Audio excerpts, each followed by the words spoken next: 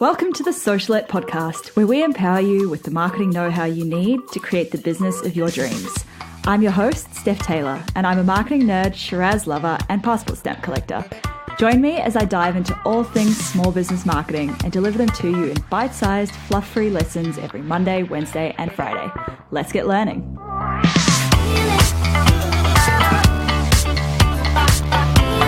Hey, welcome back to Socialette. This is episode 160. This episode is brought to you by my new and improved marketing masterclass, 5 Steps to Your Next 10K, Your Stress-Free Marketing Roadmap. Join me in this masterclass where I'll share my 5-step roadmap to go from winging your marketing and doing all of the things to taking strategic action that attracts customers and clients. I'll also share my sanity-saving strategy to focus on your marketing priorities and streamline your to-do list because you do not need more things to do. Head to stephtaylor.co/masterclass to save your seat. Okay, on to the episode. Back in early 2017, a lot of Instagram users suddenly found that their engagement had dropped significantly, and hence the concept of a shadow ban was born. This idea that Instagram was somehow hiding posts from being shown in the hashtag explore pages for the hashtags that were tagged in the post. This was what supposedly a shadow ban was, and people went into a frenzy. Facebook groups were full of posts that were like, have I been shadow banned? And I think I've been shadow banned. Help. You've probably seen a few of them. Websites even started up with shadow ban testing apps so that you could check whether your account had been shadow banned. And you'd think that these rumors would have died out by now, nearly 2 years later. But with social media censorship being particularly topical right now, it's not uncommon to hear influencers in the media commenting on how they've been shadow banned. I recently debunked another Instagram myth, all about comment pods. And this episode, I'm going to be looking at the truth about shadow bans. So what was supposedly causing these accounts to be shadow banned?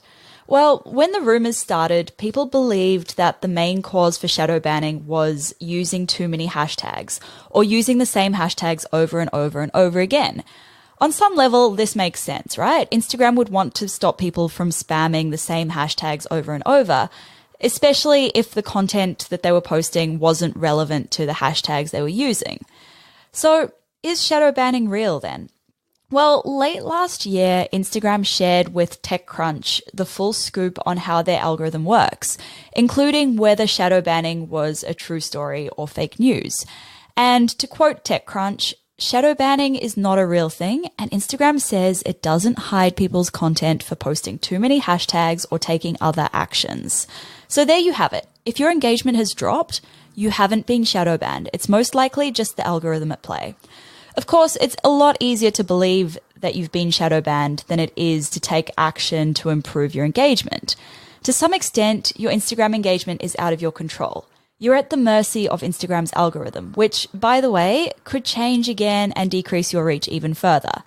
The whole shadow banning debacle is a reminder that you can't put all your eggs in one basket. You really can't just rely on Instagram and Instagram alone to market your business. Because if you're relying on a free third-party platform and it disappears, there's not much you can really do about it. Okay, so how can you improve your engagement? I looked at this in a lot more detail back in episode 140, but here's the really quick version.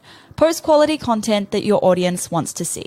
Don't try to post lots of posts, just try to post quality with engaging captions.